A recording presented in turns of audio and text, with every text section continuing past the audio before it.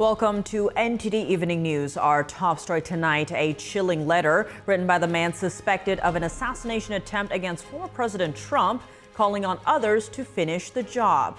That's as a judge orders the suspect to remain in detention, and the Justice Department prepares to charge him. Arlene Richards has the latest fallout after the attempted shooting at Trump's Florida golf course. Trump says he won't run again in 2028 if he were to lose this election. Meanwhile, Harris reports her single biggest fundraising event yet. The latest from both campaigns. The conflict between Israel and Hezbollah continues to escalate. Residents in southern Lebanon are now fleeing for safety as the two sides increase their attacks. Jason Perry reports.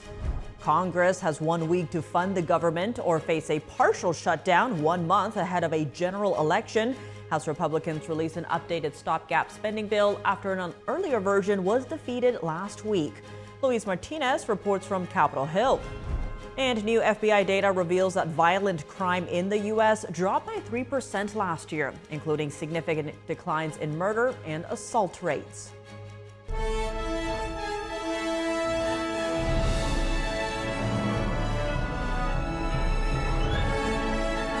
This is NTD Evening News. Live from our global headquarters in New York City, here's Tiffany Meyer. Good evening, and thank you for joining us tonight. A Florida judge today decided that Ryan Wesley Ruth, the man accused of attempting to assassinate former President Trump, should remain in detention. NTD's legal correspondent Arlene Richards has the details. At a pretrial detention hearing on Monday, a federal judge concluded that Ryan Wesley Ruth must remain in detention. Ruth is the man accused of an apparent assassination attempt on former President Trump about a week ago. The decision came after prosecutors presented the court with a litany of facts about Ruth. First, a letter they say was previously written by Ruth in which he states that he did in fact attempt to assassinate Trump, but that he failed. The letter was found in a box Ruth allegedly had dropped off at a civilian witness's home several months prior. It's unclear why he wrote the letter months before his attempt. Prosecutors say additional items contained in the box include ammunition, tools, a metal pipe, and various other letters. Ruth was spotted by a Secret Service agent pointing a rifle through the fence of Trump's West Palm Beach golf course. But he didn't fire any shots. Ruth was later charged with 2 firearm offenses after allegedly fleeing. In a statement, prosecutors told the court that Ruth was in the area of the course across multiple days in the month before he was arrested. They say agents found 6 cell phones in Ruth's vehicle. One of them had a Google search of how to travel from Florida to Mexico. Ruth also had a handwritten list of dates and venues where Trump has or was expected to appear in the lead-up to the 2024 presidential election. Prosecutors said during the hearing that they will pursue a charge of attempted assassination. The charge, which will be pursued through a grand jury indictment, would carry a maximum possible penalty of life in prison. Arlene Richards, NTD News. At a roundtable in Pennsylvania, former President Trump told NTD that he will stop Communist China from buying American farmland and causing disruptions. It comes amid concerns over China's espionage activities and influence on American agriculture. NTD's Iris Tao, White House correspondent, has more from Smithton, Pennsylvania. At a roundtable here about protecting American agriculture from the Chinese Communist Party, former President Trump told NTD that China has been buying American farmlands at an unprecedented level and that it needs to be stopped. Well, we're going to protect it by saying you can't come. You can't do it. We don't want you buying our land. We don't want you taking the land and basically taking it off the market. We don't want you doing it, and they're buying at levels that nobody's ever seen before. We don't want you buying it, but it's causing a lot of disruption, and that's what they want to do. Speaking at a family farm in rural Pennsylvania, Trump also vowed to make China honor a deal to buy tens of billions of dollars of American farm goods and ramp up tariffs on Chinese goods. Some farmers also expressing their concerns. Then the customer came back to us and said that even though our cost structure was in line with the domestic producer, we couldn't come close to the prices that they were getting from China, and so they would continue to purchase offshore. That's why you need tariffs. And telling NTD that they want China out of their business. China is just being very aggressive and wanting to buy up all our resources and take care of our food, and we'll just be dependent on someone else, which is just suicide in my mind.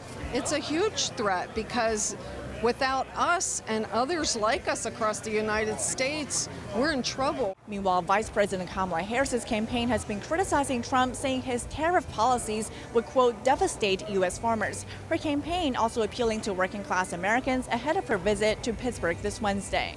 She's talking about creating more small businesses and financial incentives. The choice on the economy is going to be crystal clear, and you're going to see that this week when she speaks in Pennsylvania about her own vision for the economy. In another development, Trump said in a weekend interview that if he loses this time, he will not run again in 2028. If you're not successful this time, do you see yourself running again in 4 years?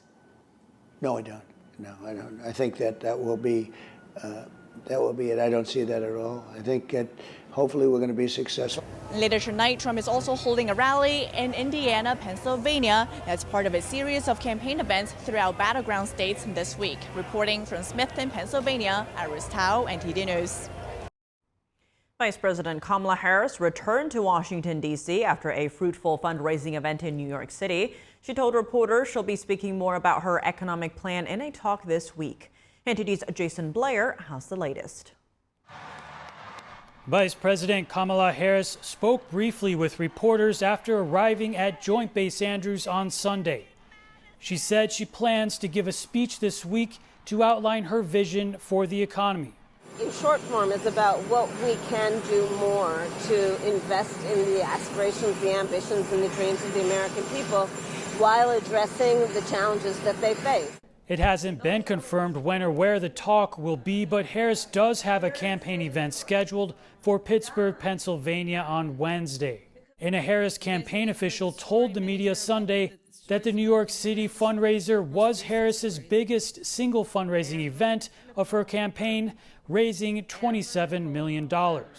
It's showing that there's a lot of support for our message and what we need to do. Harris also told reporters she wants another debate with former President Donald Trump. The voters of America deserve to hear the conversations that I think we should be having on substance, on issues, on policies. What's your plan? What's my plan? The Harris campaign told organizers of the annual Al Smith charity dinner that Harris will not be attending, according to CNN. This would make her the first presidential nominee to not go since 1984. The event is a fundraiser for Catholic charities held in New York. This year's dinner is on October 17th. AP, citing an anonymous source from Harris's campaign, reports that her team wants her to spend as much time as possible in battleground states. And Harris joined President Joe Biden to meet with the President of the United Arab Emirates on Monday. It's reported they were expected to have discussed numerous topics, from the Israel-Hamas war, escalating tensions in the Middle East, to cooperation on artificial intelligence. Harris also met with the President of the United Arab Emirates in a separate meeting. Reporting in Washington, D.C., Jason Blair, NTD News. The conflict between Israel and Hezbollah has been escalating over recent days. Hezbollah has ramped up rocket attacks on Israel, while civilians in southern Lebanon now find themselves fleeing for safety. Jason Perry has the details. Israel's air defense systems look something like that out of a video game as it intercepted rockets fired from Hezbollah terrorists in Lebanon. However, some rockets still make it through, as seen from this dashcam video from Sunday in northern Israel.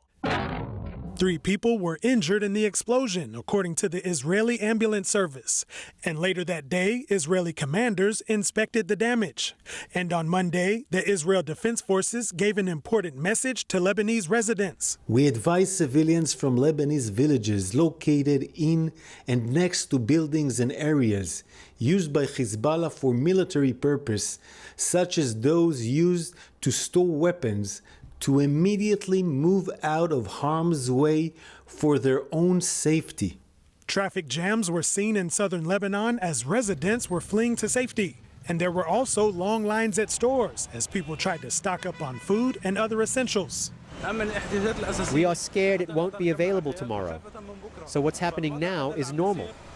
Crowds at the gas stations, at the bakeries, butchers, and pharmacies. God help us and God help the people of the South. But it may not be safe in Beirut either, as the Israeli forces reported another strike on Lebanon's capital, targeting a senior Hezbollah leader. So far, Israel reported that they have killed all 12 of the senior commanders of Hezbollah's elite force and killed 6 out of 9 of the top commanders in Hezbollah. Israel's defense minister, Yoav Gallant, added this on Monday. Over the course of 1 week, we can say that in many ways, the leader of Hezbollah remains alone at the top. This comes as the Pentagon announced on Monday that the U.S. is sending additional troops to the Middle East in response to the recent clashes between Israel and Hezbollah. Jason Perry, NTD News. A UN commission today says that Russian authorities are torturing Ukrainian prisoners. This comes as President Volodymyr Zelensky is in the U.S. getting ready to attend a UN summit this week. NTD's international correspondent Arian Pazdar has the Ukraine update. We gathered evidence of sexual violence used as torture. A United Nations commission probing Ukraine says it has evidence of torture in almost all the Russian detention centers it has investigated. This includes sexual violence used as torture. Most of the victims are men. The wide geographic spread of locations where torture was committed and the prevalence of shared patterns demonstrate that torture has been used as a common and acceptable practice by Russian authorities. In one facility, even penitentiary doctors participated in the torture. The UN created the commission in March of 2022.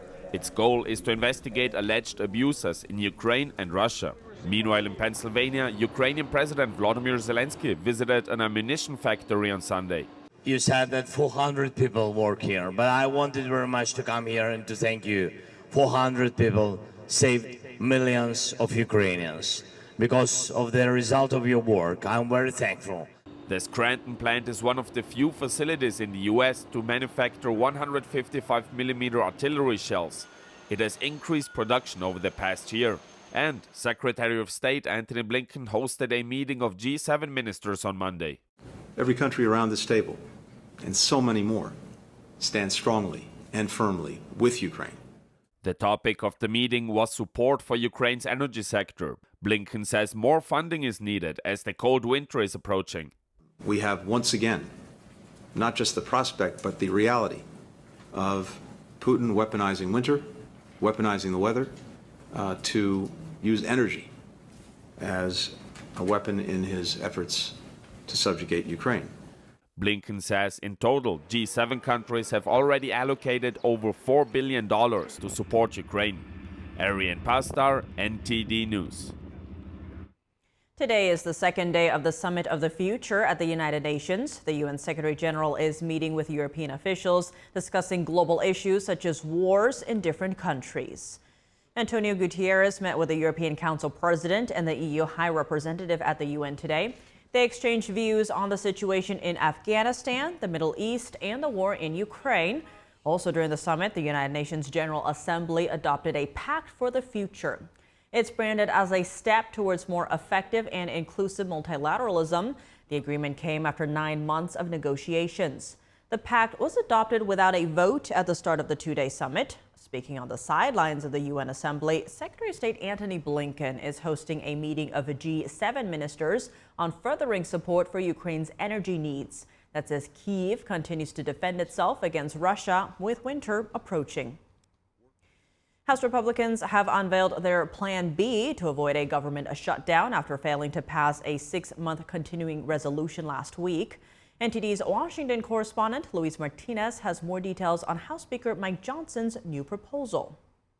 Speaker of the House Mike Johnson's new proposal to avoid a government shutdown would extend current levels of government funding through December 20th of this year, pushing the funding battle over to a lame duck session of Congress after the general election. Democratic Minority Leader Hakeem Jeffries praised the new proposal in a statement.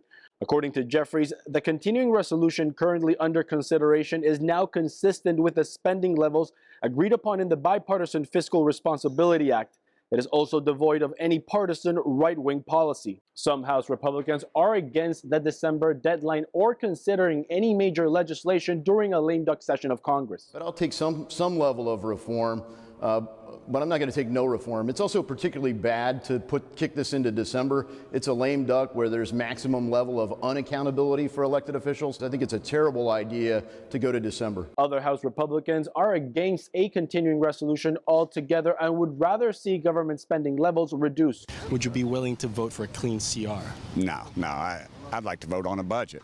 We've been up here all year. In 30 years, we haven't done a budget. We haven't, and it's what we're constitutionally mandated to do, and we don't do it. The proposed plan would also add $231 million to the Department of Homeland Security's budget for the protective operations of the Secret Services during the presidential campaign and national special security events. Government shutdowns don't help anybody. They actually cost more money. There's no savings there. So to me, this is not a function of saving money, and it would be the height of stupidity to shut the government down just before an election. In the last 50 years, Congress has only properly passed all 12 appropriation bills on 4 separate occasions. In the last decade, Congress's inaction has already caused 3 government shutdowns.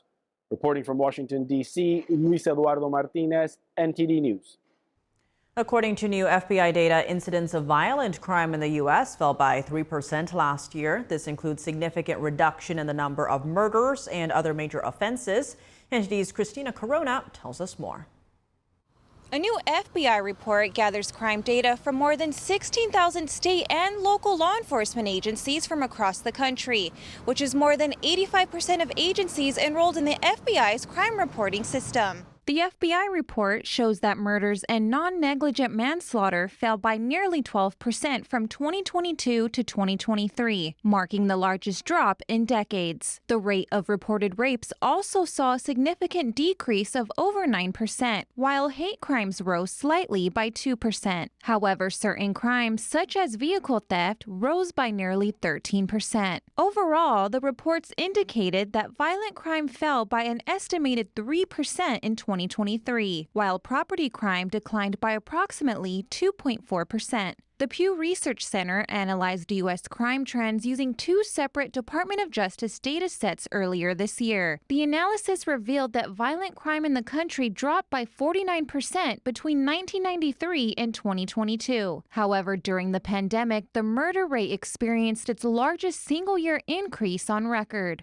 The FBI's report highlights crime as a significant issue in the 2024 presidential election, with the data reflecting a 1-year period. Republican candidate Donald Trump says that crime is on the rise, aiming to paint Democratic rival Kamala Harris as soft on crime. Department of Justice's Bureau of Justice Statistics released its National Crime Victimization Survey earlier this month. It indicates that since 2020, violent crime has increased by 37%. Rape by 42%, robbery by 63%, and stranger violence by 61%. The DOJ report indicates that violent crime has increased over the 3 years of the Biden administration. Trump has focused on crime and immigration as central issues, pledging harsh measures if re-elected, including the death penalty for traffickers and drug dealers. Vice President Kamala Harris has countered by emphasizing her record as a former California Attorney General and pointing to Trump's own legal challenges. These latest crime statistics in the United States are expected to influence the ongoing debate as the 2024 election approaches. Christina Corona, NTD News. Welcome back. I'm Tiffany Meyer. The Biden administration is proposing a ban on Chinese and Russian technology used in U.S. cars. They are warning that foreign adversaries can control your car, spying on you, and even cause an accident. NTD's Washington correspondent Jack Bradley has more from the White House. The Biden administration is proposing an all-out ban on Chinese and Russian technology, hardware, software in U.S. cars. This is not an economic concern, U.S. officials say, but rather a national security concern, as these cars can be remotely controlled. According to the U.S. Secretary of Commerce, Gina Raimondo, Chinese or Russian actors can shut down or take control of multiple vehicles at the same time, blocking roads and even causing car crashes. Now, there's also a privacy concern here, as these cars take in a lot of information through their sensors, cameras, microphones, and GPS tracking, and this can all be accessed by these foreign adversaries. Raimondo says that now there aren't that many Chinese or Russian cars on our roads, And the Biden administration's executive order would ban components such as Wi-Fi, Bluetooth, and automated driving systems from China and Russia. Now, this comes after last week's surprise pager explosions targeting Hezbollah terrorists, which just goes to show how lethal technology can be hidden from the public. And earlier on Monday, President Biden met with the leader of the United Arab Emirates, where they discussed developing the country's AI systems, as well as bringing an end to the Israel-Hamas war. UAE is going to become a major defense partner of the United States, joining only one other country, India. We also will discuss our efforts to end the war in Gaza and a number of regional issues. Soon after their meeting, President Biden headed to New York to meet with world leaders at the United Nations annual summit. UN Secretary General Antonio Guterres has praised the Chinese regime's Belt and Road Initiative, which builds infrastructure projects in third world countries, all to gain global economic and military dominance. Now, the United States officials have condemned the Belt and Road projects from China for leaving many African countries with billions of dollars in debt and Chinese military installations in their backyards. And over the weekend, President Biden met with leaders from India, Australia, and Japan, all in Delaware. He said on a hot mic to the leaders that the Chinese regime is testing all of them with its aggression in the South China Sea, such as ramming Philippine Coast Guard vessels and blocking them from completing resupply missions. China continues to behave aggressively, testing us all across the region. And it's true in the South China Sea, the East China Sea, South Asia. The leaders ended that meeting by announcing their first ever joint Coast Guard exercise between the four countries. Reporting from the White House, Jack Bradley, NTD News. House lawmakers are turning up the heat on the Chinese Communist Party, today preparing to bring a bill to the floor that would sanction party members. NTD's Melina Weisskopf reports. Lawmakers say the Chinese Communist Party must be held responsible for state-sponsored genocide. We can ensure that the leaders of the Chinese Communist Party are held personally accountable for the malign activities they direct and design. By ensuring CCP decision makers are held personally accountable. Standing up for our founding values and security interests are essential. The defense of liberty and human rights is not escalation. The Stop CCP Act, a bipartisan bill led by Congresswoman Lisa McClain, aims to use financial and visa sanctions to restrict members of the Chinese regime from traveling to the U.S., among other measures. You have the human rights violations in Hong Kong. You have the forced labor camps with the Uyghurs. You have China stealing our intellectual property. You have China trying to take over Taiwan, just to name a few. Though bipartisan, some expressed opposition during its markup. This unilateral escalation could cause an unprecedented fissure in our relations and hinders our ability to outcompete China. The bill clarifies that CCP leader Xi Jinping has led the regime in committing numerous human rights violations. This adds another layer of pressure on the CCP to stop committing crimes against humanity. A few months ago, the House passed the Falun Gong Protection Act. Falun Gong is the most persecuted group of people inside China. Its adherents are subjected to extra-legal detention and forced organ harvesting. What that means practically is there's a ready supply of organs of any kind, of any type, what have you, because they're taking them from living people. I mean, it's the most horrific thing you can imagine. To commit this systematic organ harvesting that is well documented. Congress has agreed and recognized in a bipartisan way that this is happening and that we stand against it. The Falun Gong Protection Act is awaiting Senate action and could be joined by the Stop CCP Act if lawmakers pass it through the House later this week as expected. Reporting from Washington, D.C., Melina Weisskopf, NTD News. The co-founder of the company whose underwater vessel tragically imploded last year testified today. OceanGate's co-founder is one of the latest to speak at the Coast Guard hearing. NTD's David Lamb reports. OceanGate's co-founder says he hopes there will be a renewed interest in undersea exploration. The U.S. Coast Guard continues to investigate what led to last year's implosion of the Titan submersible, in which 5 people were killed. On Monday, Guillermo Sonline testified that the company wanted to create a fleet of 4 or 5 deep-diving submersibles. The plan was for each sub to transport 5 people to a depth of 19,000 feet.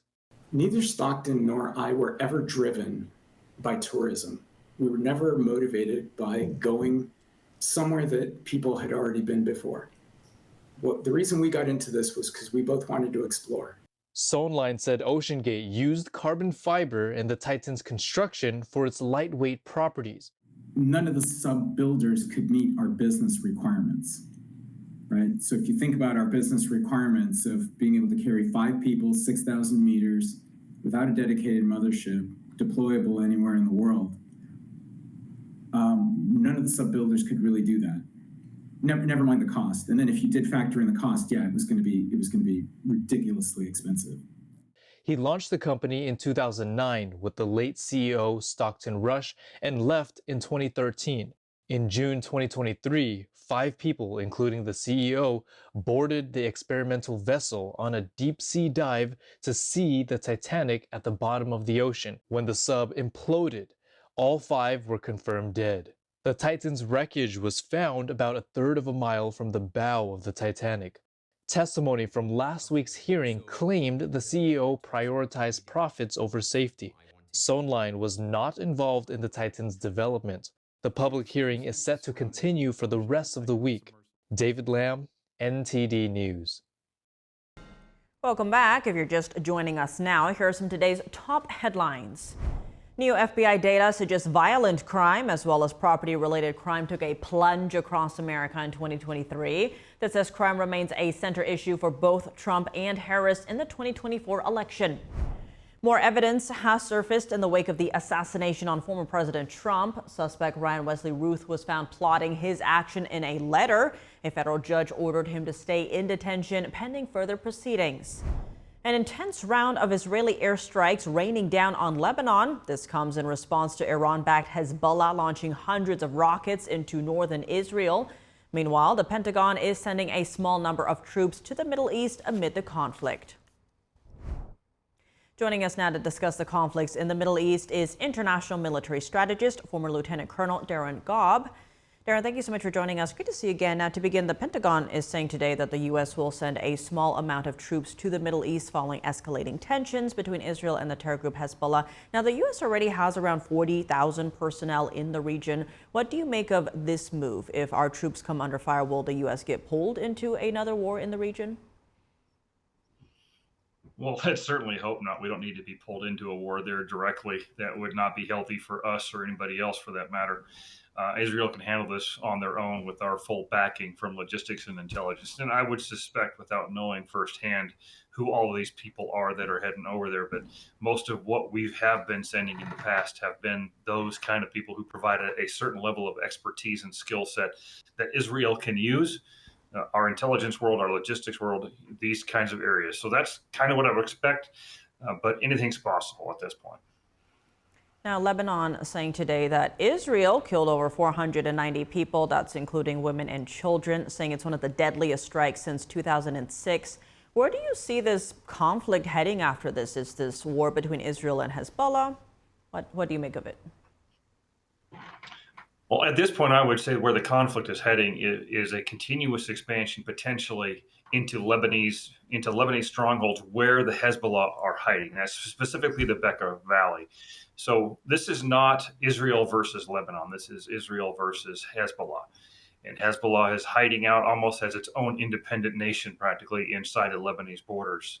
When I talk to people in Beirut and other areas around there, they're actually hoping this does not expand beyond where it has already, but they are perfectly willing to see Hezbollah be destroyed or at least reduced significantly in some way to where they're not such a large part of the Lebanese people's history, culture, and land right now, because they're just a huge risk to them. They actually want to live in peace. So I guess it remains to be seen, but I think to focus on Hezbollah will still take quite a while. And what does all of this mean for the war in Gaza then?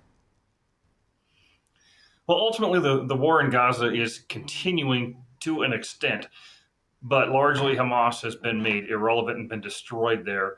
Most of the concerns now with Gaza are going to be what happens now, what's next. Israel controls the Philadelphia corridor and various other places, and Hamas has been made largely irrelevant for the most part, except for some of their leadership that's hiding in other countries still. And I think Israel is rightly concerned about the potential threat from the north, moving Israelis back to the north of Israel if something is able to happen there. But Hezbollah is, again, 10 times the size of Hamas and a much greater threat. And when it comes to the exploding pagers and walkie-talkies last week targeting the Hezbollah group, Israel's president has come out saying Israel was not involved. Now, do you think he's telling the truth? Who else would have that kind of ability to pull off an op like that? Well, Israel's not always quick to take credit for some of the things they're capable of. And this is just one of those cases. Well, now the Wall Street Journal is noting that senior White House staff are saying a ceasefire deal in Gaza is out of reach before the end of President Biden's term, but that the administration will continue to work towards that. What do you see as next in the region? Well, I mean, they're still trying to figure out a way to see if Hamas can come to the table honestly and potentially get some of their hostages back. But I think that's a kind of a dream at this point, not a reality. Unfortunately, we'd love to see them be able to come back alive and reunited with their families. But Hamas and those who deal with them are not honest arbiters in this case. So ultimately, it's going to come down to, I think the next stages down there are going to be what happens to Gaza itself and the people who are left there. And is it something that can be rebuilt? Will they continue to push for a two-state solution from the U.S. and others and other countries, which is a failed solution and always has been? That's my concern right now is the road ahead there that doesn't recreate the problem that started there in the first place. Lieutenant Colonel Darren Gobb, international military strategist, thank you so much for joining us. Thanks, Tiffany. Have a good night. Welcome back. I'm Tiffany Meyer. Now for your sports news. We're joined by NTD's Dave Martin. Dave, a lot going on right now, but let's start in the NFL as a couple of popular preseason favorites, the Cowboys, Ravens, and 49ers are off to slow starts. What do you make of this? You know, I still think they're favorites. I mean, that's not groundbreaking. We're only through 3 games here, but the Niners had a very close loss yesterday to the Rams. They blew a 14-point second half lead, but they're without a number of key players right now. We're talking like George Kittle, Deebo Samuel, Christian McCaffrey. Week 1, they were mostly healthy, and they absolutely embarrassed the Jets, so I think they'll still be fine. Now, the Cowboys, meanwhile, lost the Ravens yesterday. Both teams are now 1-2, but the Ravens, they've had 2 very close losses, still to the Chiefs and the Raiders. So you could say they were due, you know. Meanwhile, the Cowboys, very inconsistent team in the past. So I still like those teams. All 3 of those to at least make the playoffs. Now, meanwhile, the Chiefs already said they are not going to three-peat this year simply because it's just too difficult. But they are 3-0 now after another close win yesterday. It took a 4th-and-1 stop by their defense at the 13-yard line with like a minute left to get that win. That's 3 very close wins for them to start the season. Now, Baltimore, they beat by, half an inch there. The Bengals, they escaped with that last-second field goal. Now this, I don't know how many more great escapes they have left, but maybe they're just clutch.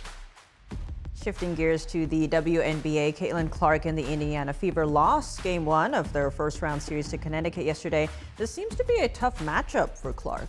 Yeah, I think so. She had just 4 out of 17 shots yesterday against Connecticut. And Connecticut beat them in 3 of their 4 regular season matchups as well. And Clark struggled there too, hit less than 40% of her shots from the floor, averaged less than 4 assists per game in those 4 games. Now, she averaged at least 7 assists against every other team in the league. And Connecticut, they do have the #1 defense. They allowed the fewest points in the league, so it shouldn't be surprising. In any case, this is just a best of 3 series. So after 1 loss, Indiana's backs are already up against the wall. I've got Game 2 is going to be Wednesday night. It'll be in Connecticut as well. If Indiana wins that one, there will be a Game 3 Friday night. Otherwise, Caitlin Clark and Indiana is out of the playoffs. Moving to baseball news, Shohei Ohtani hit a home run and stole a base yesterday. Now that capped off a week where he hit 6 home runs and stole 7 bases. Now with 6 games left in the season, is it conceivable that he makes the 60-60 club?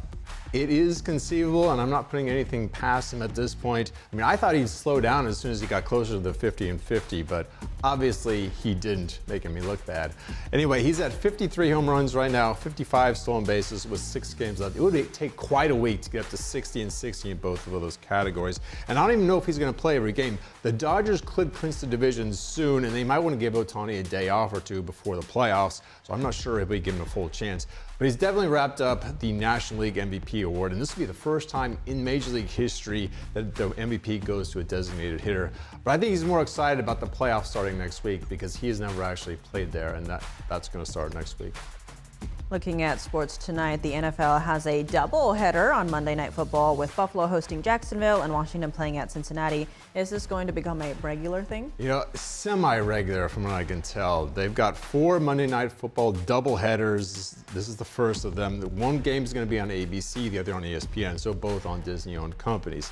Now, they've done this before, but it's usually with one game on East Coast and one game on the West Coast, so they're not really competing with each other in the time slot. But tonight's games start just 45 minutes apart, so I don't quite get the reasoning, but for NFL fans, of course, it's a good thing. Now, as far as the teams are concerned, I think we're all curious to see if Buffalo's revamped roster can win a 5th straight division title. They're off to a very good start at 2-0 this year. Now, they'll play Jacksonville. That starts at 7:30 Eastern time. That's the first game. Then Cincinnati, off to yet another 0-2 start. I think this is our 4th in the last 5 years. They look to rebound against Washington. Now, Washington is usually a team you want to play when you're looking for a win. But Jaden Daniels, their young quarterback, he looks pretty good, so they'll have to get their licks in before the whole team gets good. Bengals are 1-touchdown favorites, and that game starts at 8:15 Eastern time tonight. Well, Dave, as always, thanks for joining us. Well, thank you, Tiff. And the results are in. After 3 days of competition, 2 singers took home the gold and $10,000 each at NTD's 9th International Chinese Vocal Competition. What makes the contest unique is that it requires singers to perform a song in Chinese using Italian bel canto style. NTD's Juliet Song has more on the story.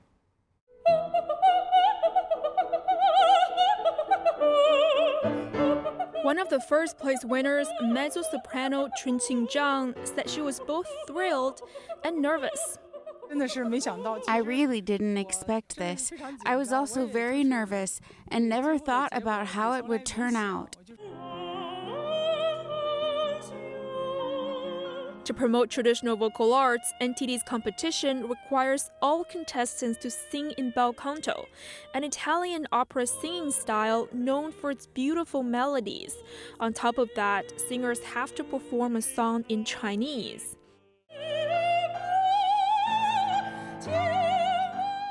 Zhang said the Chinese song she picked proved challenging. What I performed today was the original version, and its pitch is very high. It's a very big challenge for a mezzo-soprano like me, which is why I was nervous. But the chance is a rare one. As a professional opera singer touring around the world, she never had the opportunity to perform bel canto in the Chinese language. My biggest takeaway this time is that it turns out I can use my mezzo-soprano voice to interpret traditional Chinese culture, which is so beautiful. And this trophy means I made it.